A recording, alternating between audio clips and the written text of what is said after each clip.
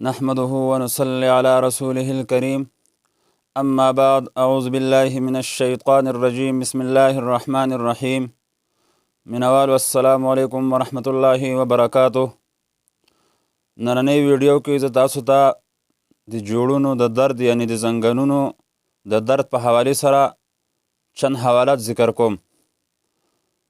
هغه دا دي ډیرو کسانو رابطه وکړه چې زموږ په زنګنونو باندې درد وي او ډیر علاجونه مو وکړه او هغې نه موږ ته خلاصې نه میلاویږي او دا مرض ډیر زیات شوی دی. هر سړی د زنګنونو د درد شکار دی، جوړونو درد.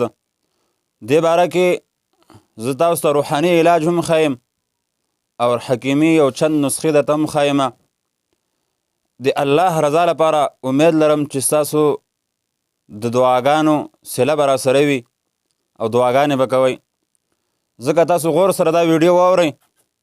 زه تاسو ته دا نه وایم تاسو زما ویډیو شیر کوئ، لایک راکوئ. نه نه، دې چیزونو ضرورت ماله نشته دی. ماله صرف ستاسو دعا پکار ده.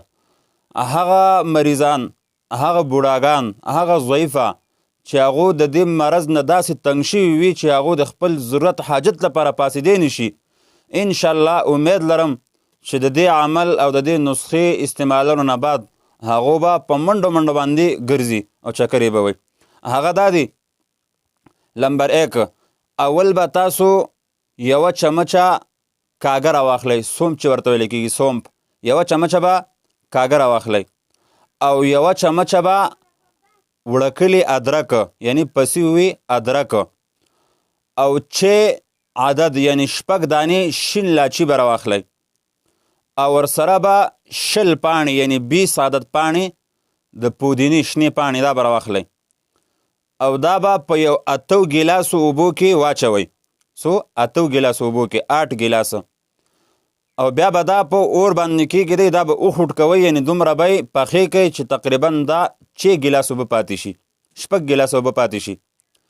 او دغه 6 ګیلاس اوبه دا به په ورځ کې یو کپ 3 ټایمه تاسو وڅښئ او دې سره به دا عمل کوئ چې کله هم تاسو ماښام سملی او بړستنې باندې یعنی په کټ باندې کېږئ، د څملاستو اراده وکئ، نو دا دواړه زنګنونه به خپل ونیسئ داسې لاسونو سره جوخه. اول به 3 مرتبه درود پاک ووایئ او بیا به دا الفاظ یا الله یا سلام یا قویو 41 مرتبه ووایئ او خپلو ګوټنو یعنی زنګنونو باندې به دم وکئ.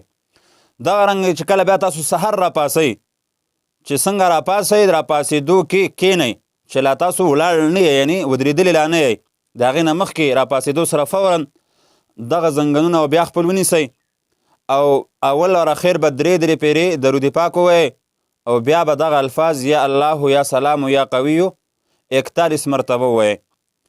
او چې کله هم تاسو هغه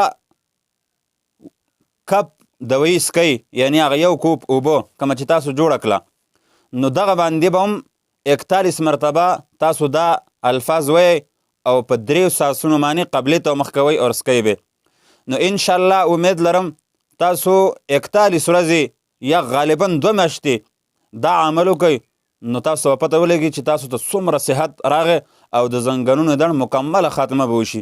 ځکه دې کې حکیمي علاج هم دی او روحاني علاج هم دی.